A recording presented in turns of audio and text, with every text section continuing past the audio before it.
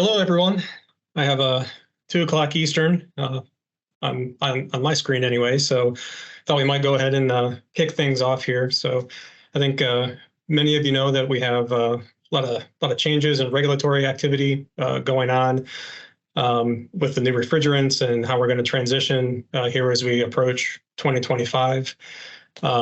Goal here for this conference call is to help provide some additional clarity on sell-through.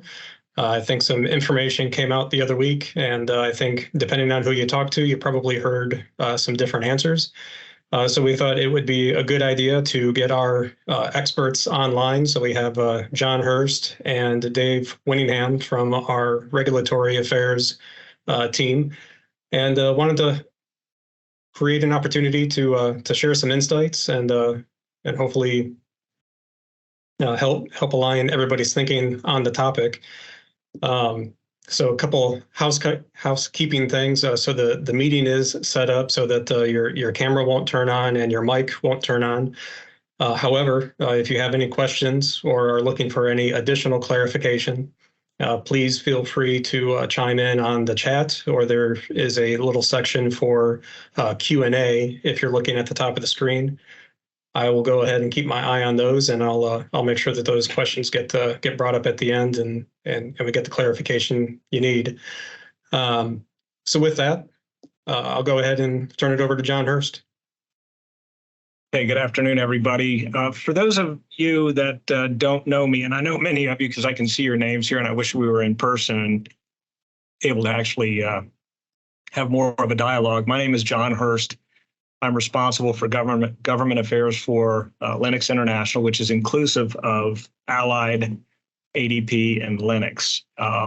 So I'm your resource, and what I'm going to try to do today is demystify some of what's going on. There are a lot of rules that are being published, and this one's actually rather short. It's only 115 pages. But it's not quite what we expected. And so hopefully I can answer some of your questions or clarify. I know many of you have probably spent some time on maybe a Hardy webinar. I speak to Alex Ayers and Talbot frequently, and hopefully what you'll hear today is consistent with what you're hearing elsewhere. So let's kind of dig into the presentation. I'm going to leave some room for some time for Q&A at the end. And again, I'm your resource as well. So you can always reach out to me via email or give me a call. Reach out to your Allied representative and they can put you in contact with me. I've often either traveled to locations to talk to your respective teams, or I can hop on a Teams call like this. More than happy to do that. So I'm your resource as well. And let's get into it. I'm going to share my screen here. Today, again, what I want to do is talk primarily about the refrigerant transition update. There are multiple rules out there. I'll talk about that. I'll give you a little history. So for the agenda for today, first thing I want you to do is be calm. There's a lot of confusion out there. There's a lot of anxiety that's come from this rule. It was published about a week ago, and it seems like it was a month ago for the number of meetings that I've had on this, but take a deep breath. I want you to know that we're going to be okay. We have historically done transitions exceptionally well. That's not to say they're easy. It's not to say it's not a lot of hard work. But let's stay together, let's work together, and let's win this transition together, because oftentimes these transitions are an opportunity to gain share, to maybe stick an elbow in the cheekbone of your competitor, which is, in my book, is a good thing. And I know Angela, she said, you know, we have a tagline that says, we're working hard so you don't have to. So a little bit of commentary on that. We're trying to make this as easy as possible on you for the transition. We're going to have the options that you need. We're going to have the equipment that you need. I think that we collectively are in a maybe a better position vis-a-vis some of our competitors. But that doesn't mean that you're not going to have to work. We are working hard so you don't have to work as hard. But these transitions, I don't want to diminish anybody's effort on this, because it's going to be a team effort, and it's not necessarily going to be easy. But if we stick together, we'll win this transition. So with that, let's talk about the agenda. I'm going to give you an overview of the AIM Act, which is the legislation that created three separate EPA rules. There was an EPA rule that came out for the 2024 allocation, which is basically the production and consumption of the actual refrigerant, how much can be imported, how much can be made in the United States. That is a final rule, and that was published on July 7th, a couple months ago. The big one that we're going to talk about today is the EPA Technology Transition Rule, which is kind of the phase in and the phase out of equipment. So we'll talk about what EPA did this time compared to past transitions. And then there's a EPA Refrigerant Management Rule, which talks about what we need to do with 410A in the future. That's a proposed rule, and that's for another conversation at another time, because I want to focus primarily on the Technology Transition Rule today. Okay, so digging in, let's start in the beginning. What is the AIM Act?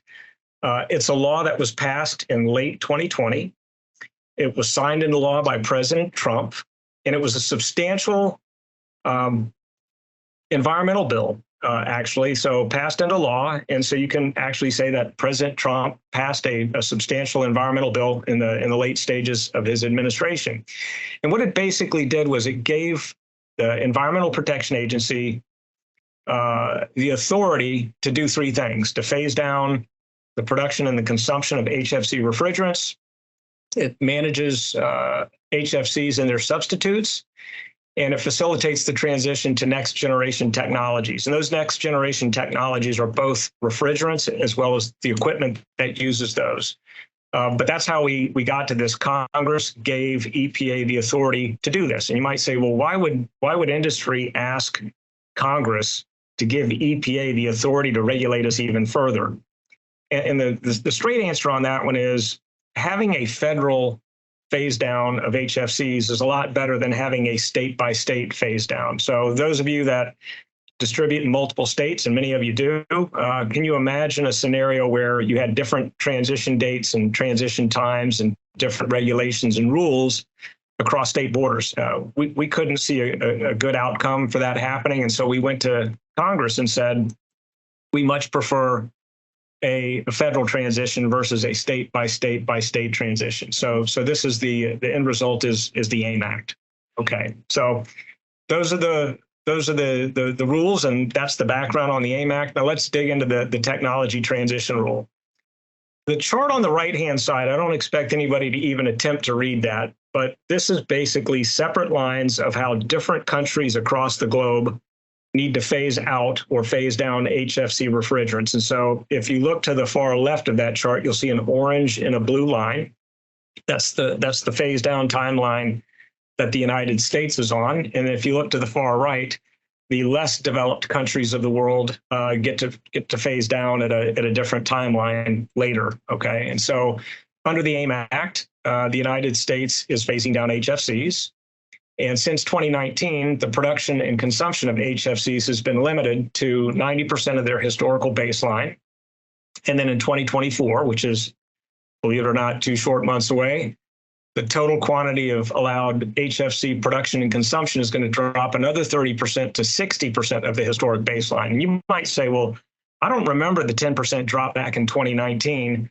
But you actually probably helped contribute to the drop, because if you drive an automobile that was manufactured after 2016, 2017 timeframe, there's a very good chance that the refrigerant that's used in that vehicle that you drive today is a lower GWP refrigerant. So that first 10% cut was primarily handled by motor vehicle air conditioning, the car that you drive, or the vans that you have, or the trucks in your lot. And so you already contributed to that in 2019.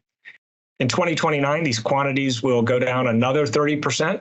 The big chunk of the phase down is going to occur within the next 6 years. Okay, so that's the timeline, and that's what we're on right now, and that's why 2024 is a big year for us. Okay, so let's go back and talk about what we thought EPA would do.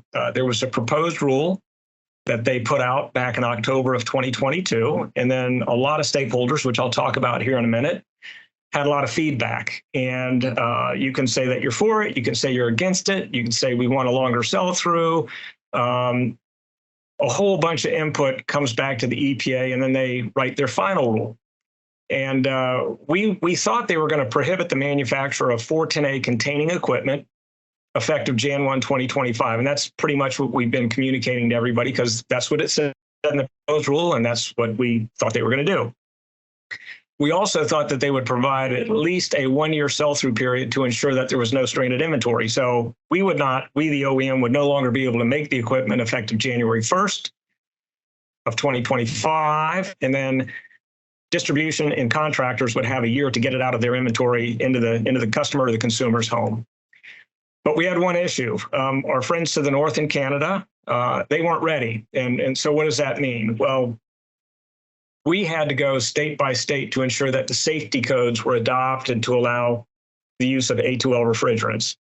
Canada has to do the same thing. And currently, we've been working very hard between multiple trade associations, whether it be Hardy or AHRI or the Alliance, to get the safety codes adopted state by state. And currently, the count is 41 states have adopted, and we have 9 to go, and I think we're going to get there, okay? Meanwhile, Canada didn't do anything. They have not adopted the safety codes, and their next code cycle is 2027. So we had an obvious issue. We asked EPA to change a few things from the proposed rule. We wanted the equipment prohibition effective Jan 1, 2025, which was in the proposed rule. We needed a longer sell-through because the proposed rule said not only can you no longer make that equipment, but you can't ship it through the United States or import it out of the United States to another country that may still be using 410A. So think about Latin America and think about Canada. So we needed to allow for the continued manufacture of equipment that uses 410A for export. And then we also asked the EPA to allow us to transship equipment. So if you have a factory in Marshalltown, Iowa, or Orangeburg, South Carolina, or Saltillo, Mexico, you still need to be able to ship product out of the United States or through the United States. And so we asked for a couple of fixes. And if you take a step back and look at what EPA did in this final rule, they actually solved those problems for us. They just didn't solve them the way that we thought they were going to solve them. So let's talk about what they did. They fixed these problems, but they fixed them in a manner that created a little bit more work and confusion and some challenges in the supply chain, meaning our collective inventories, than we may have bargained for. So the first big difference in this rule is they separate products and systems. And so products are defined as those things that are functional upon leaving the factory. Think of it as plug and play or plug and hook up to ductwork and play. So window air conditioning units, that's a product. The refrigerator in your home is a product. Standalone ice machines, plug and play, maybe a water line, that's a product. Commercial rooftop units are considered a product. Magic Pack is considered a product, as is residential package units. And EPA restricts the sale, distribution, and export of high GWP products 3 years after the manufacturer/import restriction dates. And so for most of these products, it's January 1st, 2025. And so we can make as much as we want and load in if we want, and then sell those products for 3 years. Now, I don't know about you, but it's very hard for us as an OEM to stockpile a bunch of commercial rooftop units because they take up a lot of space. And then there's a carrying cost for that inventory. And you guys probably know this better than anybody. But the idea is you can still sell these products after Jan 1, 2025 for 3 years, and then your inventory has to be depleted. Pretty simple on the product side, not so much on the system side. On the system side, they defined it as something that is assembled and charged in the field using multiple components. And think of commercial refrigeration equipment, residential split systems, commercial split systems. Those are systems. In this case, for systems, EPA is not restricting the manufacturer, the import, the sale, the distribution, or export of components that are used to repair existing systems. Okay, so that's a little confusing. What that effectively means is if you are building a new home and you're putting in a condensing unit and a coil and a line set and an air handler or a furnace, that is a system, and that has to be installed and done by December 31st, 2024. However, next door, if that house has been there for 2 years and a steel girder or I-beam falls from the sky and crushes that condensing unit, you can replace that condensing unit basically forever. So again, systems are things you put together. Products are functional upon leaving a factory, and the restrictions are different for products. Manufacturer cutoff Jan 1, 2025, actually December 31st, 2024. And on systems, we can continue to make 410A product in perpetuity. So here's what that looks like.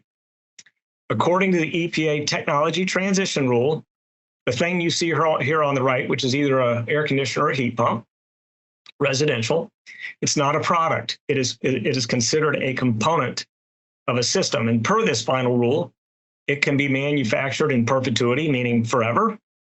It can be installed as a component to a system forever, but it cannot be installed as part of a new system after December 31st, 2024. And so again, the primary impacts on this are residential new construction and replacing a residential system, condenser and coil. So you can't replace a condenser and a coil in 410A. If you're replacing a condenser and a coil, that is now effectively a system, and that has to be the new refrigerant or an A2L 454B or R32. All right, so you might say, okay, is this a loophole? Is this somebody reading something into the rule that I may not have missed or may not have seen, or maybe I did miss it? The rule specifically calls out the maintenance of legacy systems. And this is directly from the EPA website, so I'll read it. This rule does not restrict the continued use of any existing products or residential air conditioner heat pump systems. Allowing existing systems to continue to operate to the end of their useful life is important to ensuring a smooth transition in the phase down of HFCs. A product or system may be serviced and repaired throughout its useful life. This includes replacing components as needed. Components needed to repair existing residential air conditioner and heat pump equipment may continue to be manufactured, imported, sold, distributed, or exported. So that's specifically what the EPA rule says. Now, one thing that comes to mind is, why did EPA allow 410A components to be replaced indefinitely? A couple of reasons. It fixed the Canadian issue that we asked them to fix. It fixed the sell-through issue because some of our competitors were begging for a 3-year sell-through period, and EPA did even one better. They gave them kind of an unlimited sell-through period in perpetuity. But the big reason is the stakeholders. So when a rule happens, a lot of stakeholders chime in, either in public meetings or in written comments. And this is just how the rulemaking process works. And if you look at the stakeholders on this rule, it was obviously the chemical producers, the folks that make 410A, the ones that make R32, the ones that make 454B, and all the other refrigerants out there. Those are the chemical producers. Obviously, us, we're an original equipment manufacturer. We cared about it. You cared about it. Distributors and wholesalers provided a lot of input through either members that attended meetings or through Hardy. The contractors and the dealers, they provided input. This one's interesting. You know, you use 410A to make insulating foam or meter dose inhaler manufacturers. If you know somebody with asthma, those meter dose inhalers, the propellant in those is actually an HFC. So they had a say in this, and also maybe some fire suppressive systems use HFCs as well.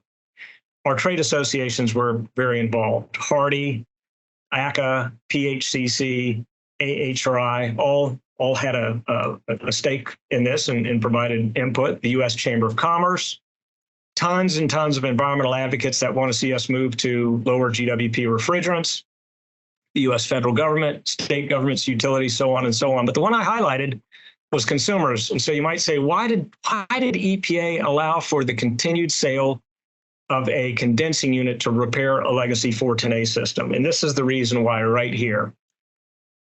They were afraid that grandma and grandpa would be forced into a new system, a new high-cost system with a coil and a condensing unit, maybe a new furnace or air handler. And they didn't want to do that to grandma and grandpa or middle-income or low-income consumers. And so that makes sense. But the thing that's missing here, and you know this best, is typically when a condensing unit breaks, you don't rip it out and replace it. You fix the capacitor, you fix the compressor, you may fix a fan motor or a whole host of other things that can go wrong with a condensing unit. The only time you really replace is when it may be 12, 15, 20 years old. And then you say, well, we can repair it, but this thing's kind of on its last leg and I can keep throwing money at parts, but you may want to replace that condensing unit. And so EPA wanted to allow consumers to continue to be able to repair their systems, whether it be a compressor or a condenser. And so that's what they did. So now, having said all that, we have two primary issues that we need to either figure out or resolve. One is the unlimited sell-through for components, but there's no sell-through for systems. So that creates a couple of issues that are obvious. The big one is we don't know how to plan super well for 2024, 2025, 26, 27, 28, 29, 30 if 410A is allowed to be sold in components. And then the second issue is there are what we deem insufficient restrictions on 410A condensing units, which can be manufactured, imported, used indefinitely under the rules exemption for components used for servicing and repair. So these two issues are universally held by AHRI, the manufacturer's party who represents most of you, and a lot of contractor groups as well. And so we may go to EPA and ask them to fix a couple of things. But I want to say this, and I want everybody, if you hear one thing and you hear one thing only in this presentation, is this is the rule that we have right now, and this is what we need to prepare for. The next slide I'm going to show you is what we can do, but there's no guarantee. So let's plan for the scenario that we've got in our lap right now, which is a final rule. Let's hope for a better day, meaning changes to the rule. But we really do need to think about what our world is going to look like in 2024 and 2025 as a result of this final rule being published in this manner today. So the next slide, what can the industry do? Started out with a cute little icon there. I don't know. Well, actually, that's not true because a lot of people have gotten together to talk about how can we potentially fix some of these issues and provide additional clarity to manufacturers, to distributors, to contractors, all the way down to the consumer that's going to buy our product. On the sell-through issue, we can petition EPA to issue a new rule. It would be a very specific rule, specific to this issue, because we don't want to throw out the whole technology transition rule just to fix a couple of things. And what we would do is we would ask them to do what's called a DFR or a direct final rule, which they could do potentially by the end of this year, provided no significant objections are raised. And so that's the tricky one, because remember that big long list of stakeholders, that's only buckets or categories. There's hundreds, if not thousands of stakeholders out there that could raise an issue. And what we would ask them to do is to allow components, meaning a condensing unit, manufactured prior to January 1st, 2025, to be used in systems until December 31st, 2025. So it would give us a year sell-through period on systems, which would solve a lot of the problems for residential new construction. VRF would be until December 31st because they're on VRF's on a one-year lag to split systems. And then the second issue, the 410A component repair in perpetuity, ask EPA to commence rulemaking in the first half of next year, which would ban the manufacture and import of 410A condensing units after December 31st, 2025. And so what we're basically doing is saying we don't think we can get any changes done to the current rule fast enough to impact next year, because if you think about a manufacturer, we're already starting to look at what our compressor buy is going to be for next year. And so if we can't get an answer quickly, which we don't think we can, we would basically kick this a year in advance, one more year down the road, and try to have a more rational transition to A2L refrigerants. All right, so that in a nutshell, in 26 minutes, is what the rule says. I know you might have a lot of questions, but before we get into the Q&A, what should you do? Pay attention. I am one of many discussions that will happen.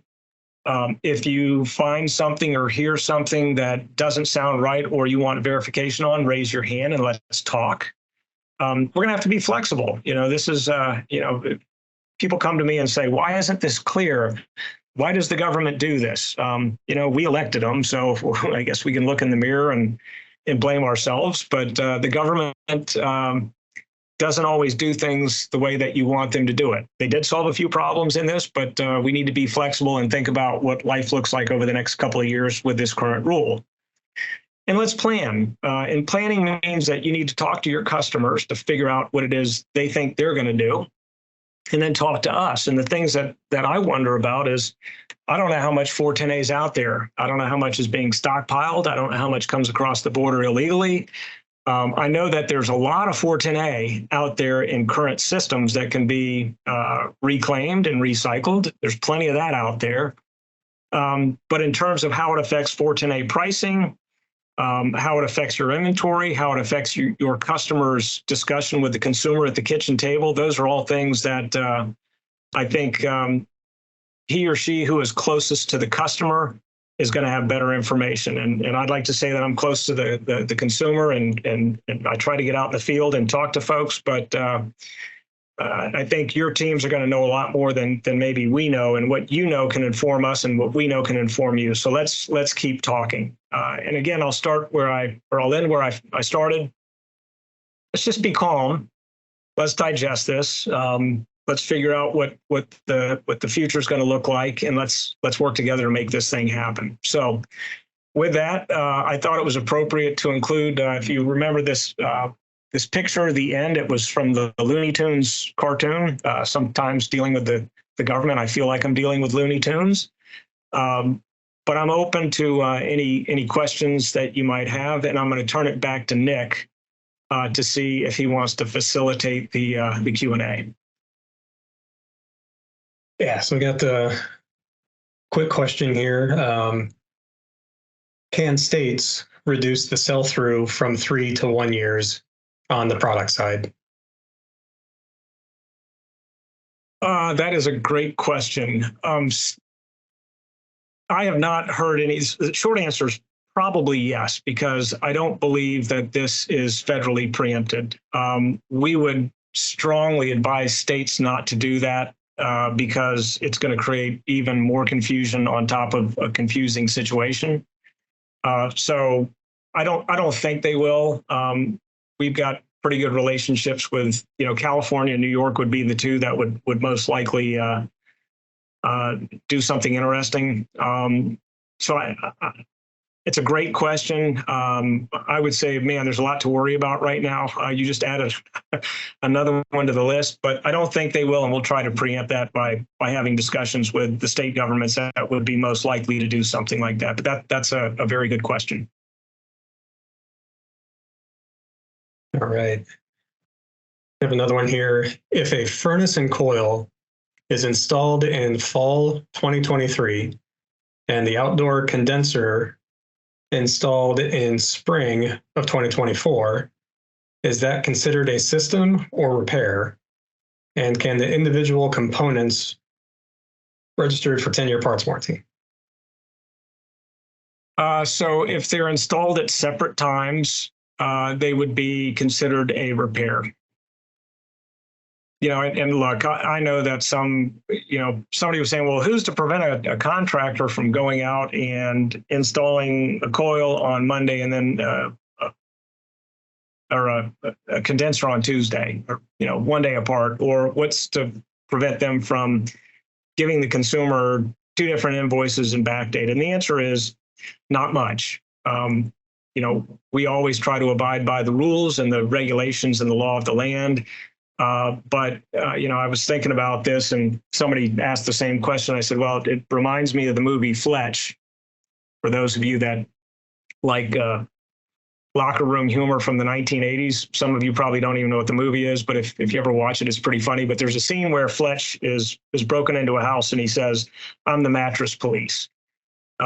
There is no mattress police on this. There are no EPA inspectors that are going to be coming to homes checking invoices and tags. So yeah, will contractors do interesting things to get around this? I am fully in full belief that will happen, but that's not how the reg reads, and that's not what they should be doing. But I would bet a month's paycheck that that will happen.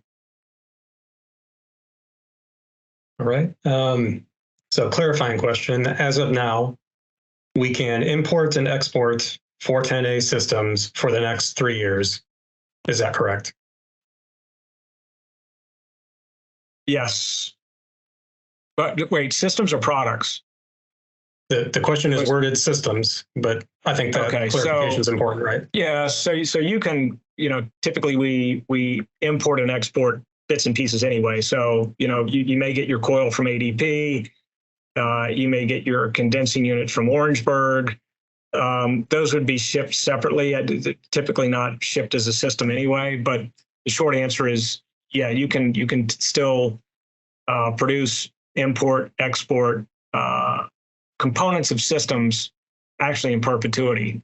On the product side, like a residential package unit, we can make it up until December 31st, 2024, and then you can sell that product through for 3 years. Good question.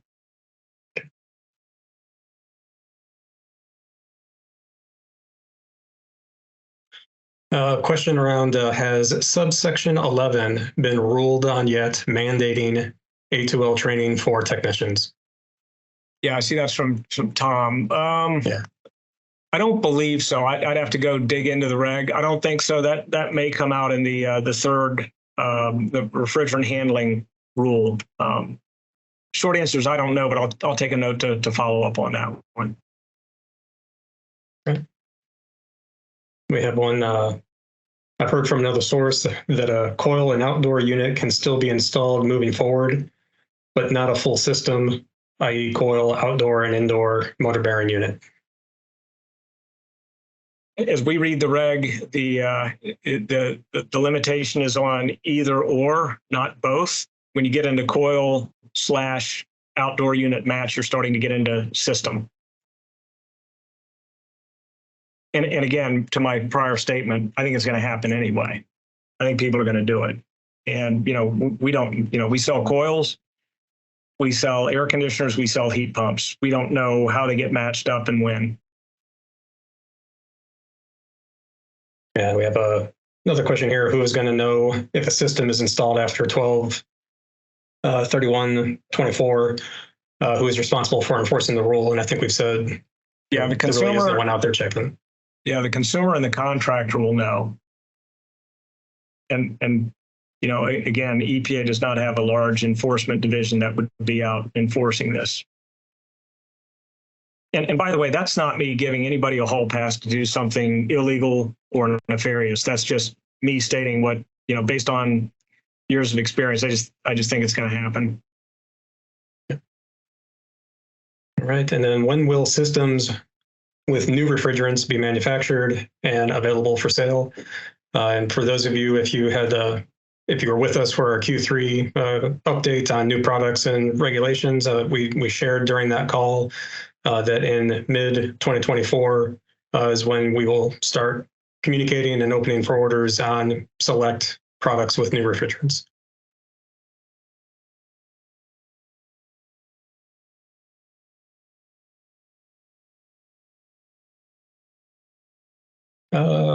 Said the manufacturer can produce package units until 1/1/25. These Right. can be sold for the next 3 years. 410A, yes, that's correct.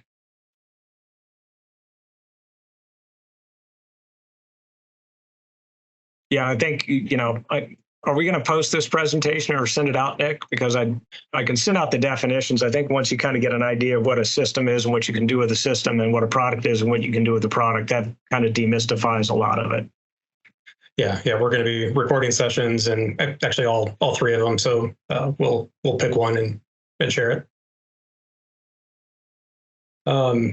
Question here, won't selling SEER 2 R410A components and matching them to existing SEER 1 components violate 2023 DOE? Okay, I knew we were going to get this. Is Dave Winningham on the call? Thanks, Dave. I don't believe that is crystal clear. Their requirements are that all matches must meet, either the national or regional requirements. And I don't clearly see a link that is going to force manufacturers to discontinue existing ratings. So in my opinion, the DOE regs do not clearly prohibit an outdoor unit replacement.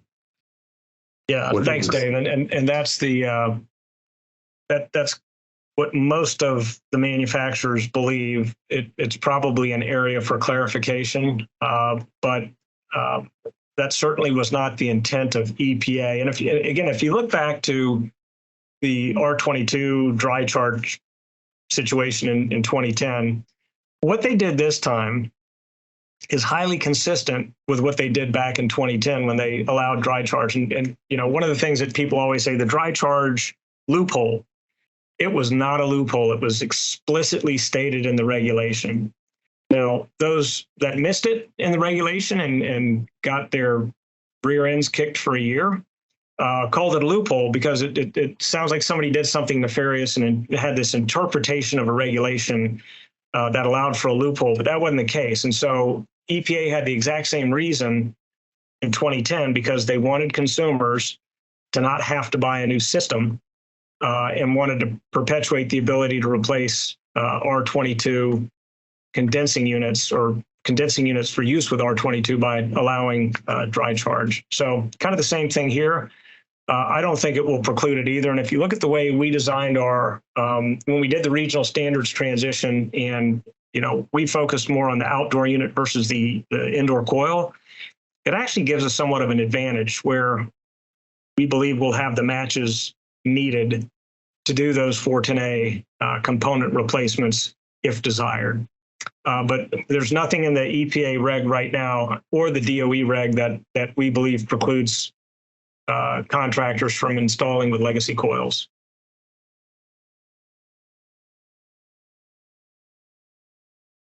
Question here, can a standalone 17 SEER 410A heat pump qualify for 25C tax credits if installed as a repair after January 1st of 25? Wow, these are really good questions and starting to make my head hurt a little bit. I don't think so.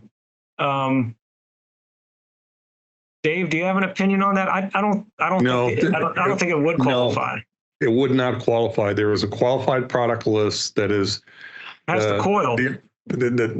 Yeah, it's a system match. Yeah, has to meet, and there's a qualified product list that DOE works with CEE to ensure that it meets the 25C criteria. Do you anticipate a shortage of inventory as all manufacturers are planning on a one-year sell-through on existing equipment? Many distributors may be transitioning as a result of this rule and system sales. I don't think so. The only way I think we would have a shortage of inventory either in legacy 410A or the new product is if we're not talking to each other. We have the ability to run both refrigerants down a single line. We can transition lines with minimal disruption. But so, for example, you know, we have one factory that runs 9 cooling lines, whether it be heat pump or AC.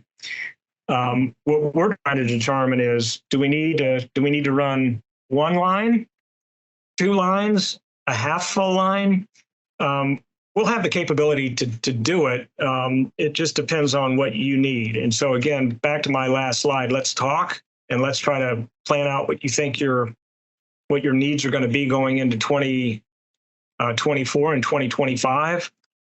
Production capacity or, you know, getting the parts and the compressors to do what we need to do, we do not see a challenge with that. But, you know, as I was going through this presentation, I had one slide that I don't know if you noticed it, but it said, what could possibly go wrong? Well, in the last 5 years, we've had a tornado rip the roof off of a factory and destroy it. And we've had a global pandemic. And if you asked me in June of 2018, if either 2 of those things would happen in the next 10 years, I would have said no. So, you know, barring any weirdness, I think we're in a very, very good position to satisfy your needs. The challenge is we're going to have a hard time guessing what your individual needs are if we don't we don't talk. So yeah, I think we collectively feel, and if you listen to our earnings call earlier this week, we tried to exude confidence because we think we're actually in a pretty good position to handle this transition, whether it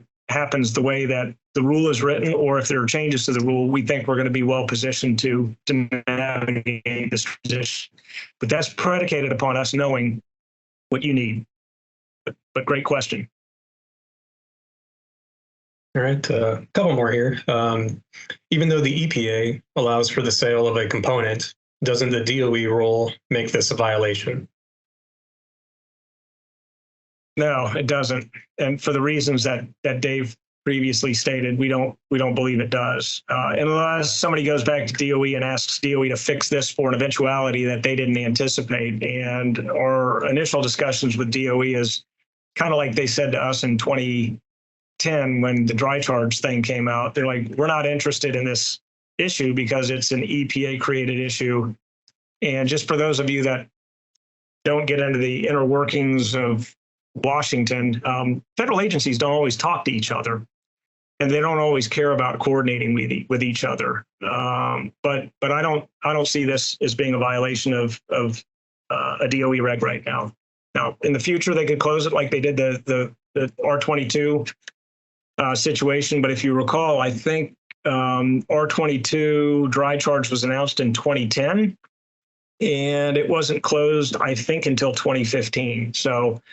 And by that time, the production and consumption of R22 was so low that R22 was dying a natural death on its own anyway. And if I had to guess, I would say the same holds true for this. Follow-up question to that was, do you feel the rising price of R410A will push consumers to new refrigerant equipment earlier than anticipated? Yeah, I do. Here's the wild card, though. There's 410A out there in a couple of different forms. One is it's currently under an allocation rule, and so there is legally produced 410A, and that's for anything that's produced or consumed in the United States. But you also have some stockpiling that's most likely occurred. And by stockpiling, I mean it could be just what you have in your inventory. So there's an inventory of it out there. And then there's a very large inventory of existing 410A and existing 410A systems, which we've been installing since the mid 2000s, 2005, 2006 timeframe. And then there's believed to be a pretty large illegal imports amount. I've heard as much as 50 million pounds of 410A sitting in Mexico. And we can legally bring 410A into the country from Mexico or from Canada is what's called imported products containing, meaning products that contain refrigerant. That's legal, and that doesn't count towards the domestic production and consumption. So there could be a lot out there. We have seen 410A go up in price in the last month or so. That could be in reaction to this rule. But, at the end of the day, I don't know how much is out there. And if you have an opinion on how much is out there, we'd certainly love to hear that. And then the other thing is, there was a United Nations meeting that I was at a few years ago in Bangkok, Thailand. And if you've ever been to Bangkok in July, it's not a fun place to be. In July, it's hotter than Columbia, South Carolina in the summertime, and even more humid. And if you've been to Columbia in July, it's no offense to the folks at Allied, it's a pretty miserable place to be. So I was in Bangkok, and there was a desire to tackle some pretty weighty issues around the global transition out of HFCs into A2Ls or even lower GWP refrigerants. And the whole conversation was kind of sidelined because I didn't know this, but around the globe, there are atmospheric sniffers. You ever been to Hawaii? There's one on top of the volcano at Haleakala. There are some in Australia. There are some at the North and South Pole.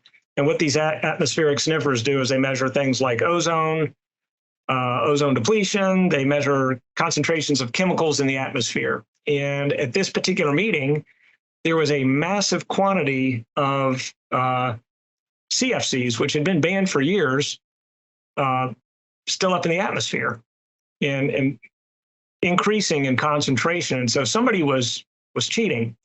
And as they sniff, then they find out the wind patterns, and then they start sending airplanes up with sniffers on them to find out, okay, where's it coming from? Well, it just happened to be coming from Southeast China, which means Southeast China was producing CFCs well past the date that they should have been no longer being produced. So there are many opportunities for 410A to enter the United States or enter the marketplace legally and illegally. And if, in fact, we do a good job of phasing down and doing what we're supposed to do, there won't be a big market for 410A long term. But to the point that was raised in the question, if the price of 410A goes up, grandma and grandpa have a 16-year unit, I would hope that most contractors would say, you know, instead of charging you through the nose for 410A and putting a new condensing unit on an old system, I know it's going to cost a little bit more, but it may be more economical in the long run for you to switch over to a new A2L system instead of continuing to repair a unit that not only is going to have problems in the future, may leak, and then whoever charges that unit in the future is going to charge you an arm and a leg to put you into that legacy refrigerant. So that's a very long-winded way of me saying, I don't know. It really depends on how much 410A is actually out there in the marketplace, how long people hold on to it, and what they sell it for. All right. And last question I see here is, are commercial splits 6 tons and above have any different requirements?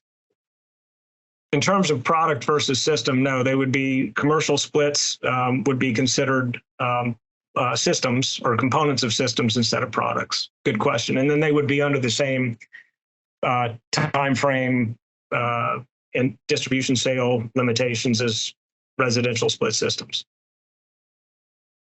And Nick, I want to pause real quick because Dave Winningham's on the phone. I know Eric Zito's on the phone. We got a lot of smart people. Kim McGill's on the phone. If I'm saying anything that anybody thinks is off the rails or out of line, this is the world according to John. I want to make sure that I haven't said anything that one of my coworkers may refute. No, John, good here. Yeah. Thank you, John. Wow. I feel, wow, 3 for 3. I might just quit. I'm just super excited to be in the Smart Club. Well, it kind of scared me in the beginning because Nick introduced, we got some experts on the, and I always, get the cold sweats when somebody refers to me as an expert on something. So, again, I wish I could see everybody, thank you for joining us. If you have questions, reach out. If you have market intelligence, reach out. If you feel like a competitor has a leg up, reach out. If you feel like a competitor is drowning in the ditch, kick them and push them further in the ditch and let us know that. But we're here for you. We're trying to work as hard as we can, so you don't have to work as hard. But again, this is going to be an interesting year. I keep thinking that my job's going to get easier at some point. It hasn't, but it certainly gives us opportunities to maybe beat the competition in new and unique ways. So hang in there, and we'll be there for you. Any other questions? We had one more pop up, and it was around restrictions on storage for new refrigerant and equipment inside a facility.